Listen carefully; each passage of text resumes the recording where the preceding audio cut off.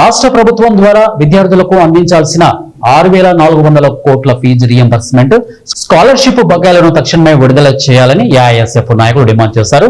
నిర్మాణాలు పూర్తి కానివ్వకుండా నిలిపివేసిన ప్రభుత్వ జూనియర్, డిగ్రీ కళాశాలల నిర్మాణాలను తక్షణమే పూర్తి చేయాలని ఏఐఎస్ఎఫ్ నాయకులు కోరారు. రాష్ట్రంలో ఉన్న మెడికల్ కాలేజీలను కార్పొరేట్ సంస్థలకు అప్పగించడాన్ని ఉపసంహరించుకోవాలని వారు అన్నారు. విద్యార్థులు ఎదుర్కొంటున్న పలు సమస్యలను పరిష్కరించాలని కోరుతూ సబ్ కలెక్టర్ బొల్లిపల్లి వినూత్నకు వినతి పత్రం సమర్పించారు. అఖిల భారత విద్యార్థి సమైక్య ఏఐఎస్ఎఫ్ ఏలూరు జిల్లా అధ్యక్షుడు నా పేరు శివకుమార్.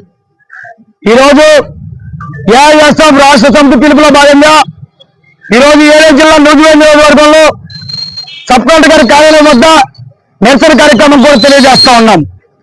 ఈ నిరసన కార్యక్రమం కూడా ముఖ్య ఉద్దేశం ఏంటంటే, మరి గతంలో కూడా ఇదివరకు నిరసన కార్యక్రమం కూడా తెలియజేశాం. పెండింగ్ లో ఉన్నటువంటి ఫీజు రియంబర్స్మెంట్, స్కాలర్షిప్ బకాయిల్ని విరమించాలని చెప్పి అనేక ప్రోగ్రాం చేశాం, నిరసన కార్యక్రమం కూడా తెలియజేశాం. అయినా కూడా ఒక్క సమావేశంలో కూడా, అసెంబ్లీ సమావేశంలో ఏ విద్యార్థుల్ని ఎవరో కూడా